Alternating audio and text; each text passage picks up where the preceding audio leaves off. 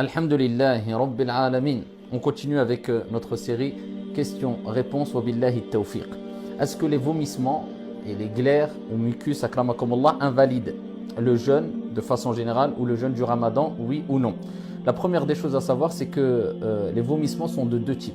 Il y a les vomissements volontaires et les vomissements involontaires.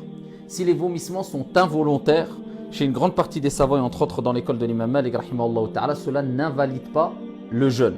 Si par contre ces vomissements sont volontaires, cela invalide le jeûne. Ils se sont appuyés entre autres d'un hadith rapporté par Abu Daoud où le prophète Mohammed a dit Man dhara'ahu al-qay fala qada'a alayh.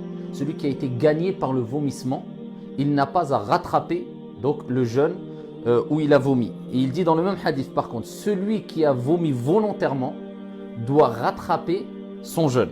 Par contre, une chose importante à souligner, c'est si celui qui a vomi involontairement, donc on a compris qu'il n'a pas à rattraper le jeûne, mais par contre, s'il vomit involontairement et à la suite de ce vomissement involontaire, il ravale une partie de son vomi, akramakumullah, donc à ce moment-là, il devra quand même rattraper son jeûne.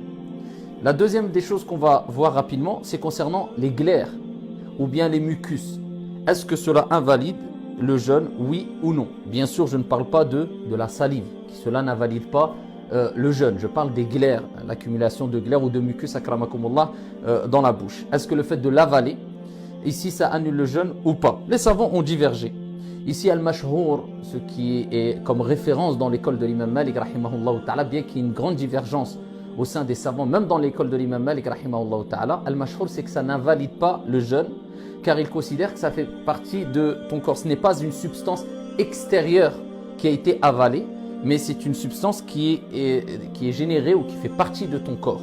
Donc eux, ils considèrent que cela n'invalide pas le jeûne, mais bien sûr, il est fortement recommandé pour s'éloigner de tout doute, si on en a les capacités, d'extraire le mucus ou ici les glaires akramakumullah accumulées dans notre bouche lors de la journée. Je parle de la journée, je ne parle pas des nuits, lors de la journée de jeûne. Et ça, c'est l'avis ici, le fait que ça n'annule pas le jeûne, l'avis d'Ibn al-Qasim rahimahullah ta'ala, contrairement à un grand nombre de savants, même dans l'école de l'imam Malik rahimahullah ta'ala, qui considèrent que dans certains cas, ça invalide le jeûne, comme l'imam al-Sihnoun rahimahullah ta'ala et d'autres. Donc le mieux, c'est de se débarrasser de ces mucus et de ne pas les avaler, si possible.